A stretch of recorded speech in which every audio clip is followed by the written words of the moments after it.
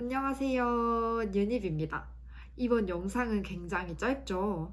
항상 제 영상이 너무 길어서 이번에는 좀 짧게 여러분들 어디 이동하실 때나 스터디 쉬는 시간대 그럴 때 잠깐 볼만한 길이로 만들어 보았습니다. 제가 항상 신춘 면접 영상에서 이 자료도 보세요. 이렇게도 검색해서 이런 자료들도 보세요. 이렇게 막 계속 이것도 보고 저것도 보고 이렇게 말씀을 드리는데 생각해보니까 사실 여러분들은 신춘 면접만 공부하시는 건 아니잖아요. 집에 오면 수업 실현도 해야 되고 영어 면접, 영어 대본도 외워야 되고 과정안 같은 것도 해야 되는데 제가 너무 부담만 얹어드린 것 같아서 이번에는 같이 보면서 여러분들의 배경 지식을 함께 늘릴 만한 영상을 준비했습니다. 그래서 오늘 볼 내용은 제가 계속 추천드렸던 서울교육 웹진이고요. 중심 주제는 계속해서 강조드렸던 미래교육입니다. 그럼 지금부터 시작합니다.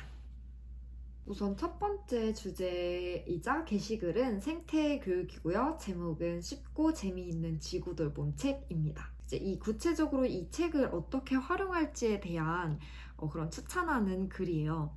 그래서 이 글에서 보면 이 책의 내용에 대해 간략히 설명하고 있습니다. 뭐 컵라면, 롱패딩, 아보카도.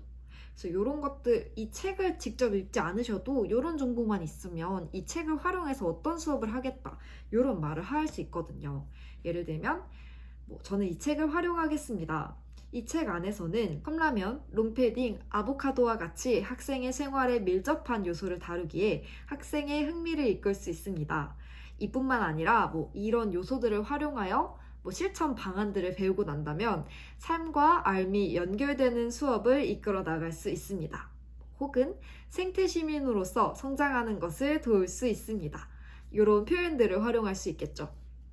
그래서 이 자료를 보고 조금 더 탐구를 해서 공부를 하신다면 이 책으로 프로젝트를 수업을 하신다면 1에서 6차시 어떻게 해보실 건지 그리고 어떤 교과에 어떤 역량 혹은 어떤 주제와 연계할 건지 이 프로젝트의 기대 효과는 무엇인지 그리고 프로젝트의 이름은 무엇인지 이런 부분까지 시간이 나시면 생각해 보세요. 그리고 생태교육 관련해서 할 수 있는 활동들이 사실 무에서 생각하면 막막하잖아요.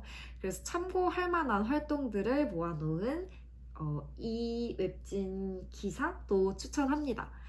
그래서 여기에서 구체적으로 국어교과와 어떻게 글쓰기를 수업하는지 과학교과는 어떻게 연계를 해서 수업을 하는지 좋은 예시들이 있으니까요. 구체적으로 공부해보고 싶으신 분들은 이 게시글 확인해 보시면 좋을 것 같습니다. 다음 주제는 메타버스 관련 글이에요. 저는 정말 혁신적으로 뭔가 제가 예상 문제를 한다면 뭔가 그런 문제가 나올 수도 있을 것 같아요. 미래에 그린 스마트 학교에 생태공원, VR실, 메타버스 접속 공간 마련 이런 게 돼 있다. 당신이 미래 교사라면 무슨 수업을 할 것인가? 이런 문제가 나올 수도 있지 않을까요? 하는 그런 생각을 해서 추천하는 글이고요. 보시면 VR을 어떻게 수업에서 접목할 수 있을까라는 고민에 종이로 만드는 카드보드 VR이라는 게 있더라고요. 그래서 그걸 핸드폰으로 구글 스트리트 뷰를 이용해서 수업을 하시기도 했고요. 또 VR을 활용해서 스포츠 수업을 할 수 있더라고요. 그래서 수업 몰입도가 좋아졌다 이런 좋은 기대 효과도 있고요. 실제 현장에서 하기 힘든 다양한 스포츠나 게임들을 익힐 수 있다 이런 VR만의 장점도 있는 되게 좋은 아이디어인 것 같아요. 그리고 메타버스로 여기 매체를 활용을 해서 전시회를 수업하는 방안이나 마인크래프트를 활용하는 건축물 수업 이런 아이디어들도 확인할 수 있었어요. 두 번째 게시글은 블렌디드 수업을 활용한 연극 수업이에요. 블렌디드 수업의 사례도 볼 수 있고 중등 사례라 똑같이 적용하긴 어렵지만 블렌디드와 프로젝트 그리고 이 연극을 합친 수업을 볼 수 있습니다. 그리고 제가 뒤에서 말씀드릴 디지털 시민성과 관련된 내용들이 또 있어요. 이 게시글에. 그래서 활용할 수 있는 표현으로는 사이버 공간에서도 타인과 바람직한 관계를 맺을 수 있도록 도와야 한다. 이런 표현들도 있습니다. 자세히 다루지는 않을 테니 관심 있으신 분들은 확인해 보세요.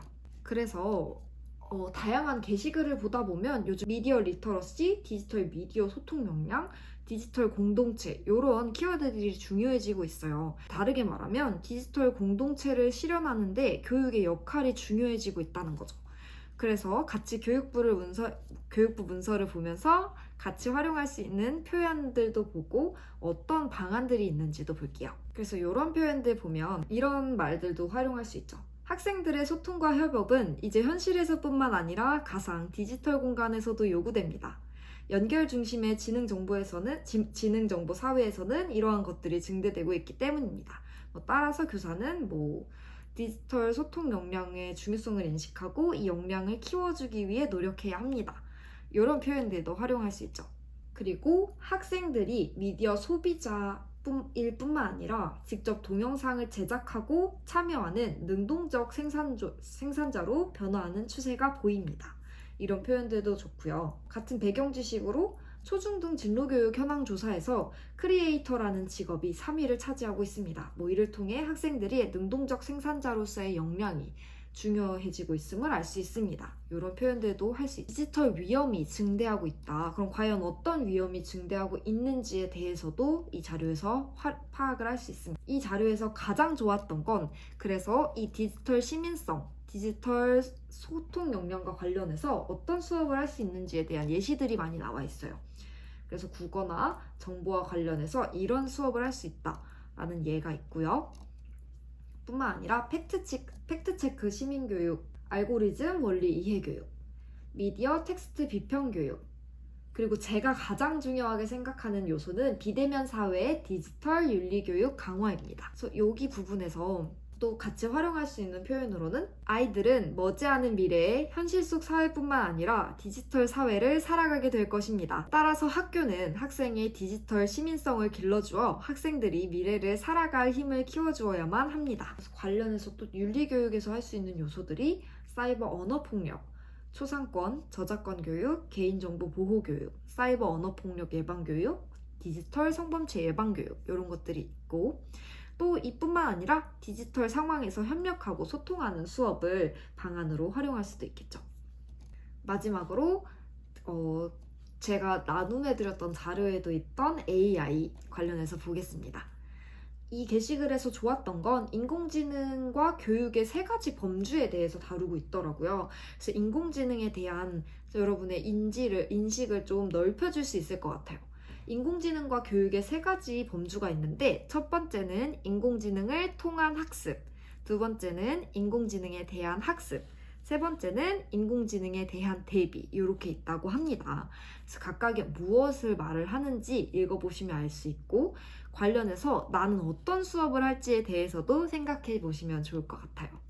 그래서 이 게시글 밑에서 보면 실제로 초등학교에서 이 AI를 활용해서 학생들에게 어떻게 피드백을 했는지에 대한 글이 있습니다. 현장에서 AI가 어떻게 활용될 수 있고 그에 대한 장점 그리고 한계점 이런 부분들을 파악할 수 있어서 여러분들이 AI가 나왔을 때 조금 더 현장을 반영하고 현실성 있는 방안, 논거들을 구성할 수 있을 것 같아요. 보면서 AI가 현장에서 어떤 식으로 점차 도입이 되는지 보시면 좋을 것 같고 또 본인이 생각하는 AI 교사의 장점 그리고 본인이 교사라면 어떻게 활용할지에 대해서 생각해 보시면 좋을 것 같아요. 2차가 얼마 남지 않다 보니 급하게 만드느라 영상 퀄리티는 그렇게 좋지 못하지만 그래도 여러분의 배경 지식을 늘리는데 도움이 되었으면 좋겠습니다. 참고한 자료의 링크들은 모두 댓글과 더보기란에 적어 놓을 테니 궁금하신 분들은 그 부분 참고해 주시고요. 영상이 올라가면 12월 31일 올해 마지막 날이네요.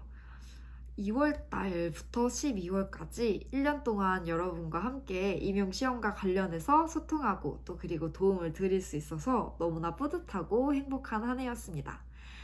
여러분이 주시는 DM이나 댓글 그리고 조용히 눌러주시는 좋아요까지 늘 너무너무 감사하고 받을 때마다 행복했어요.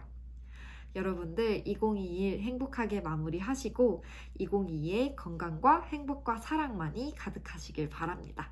그럼 저는 도움되는 다음 영상에서 뵐게요. 안녕. 새해 복 많이 받으세요.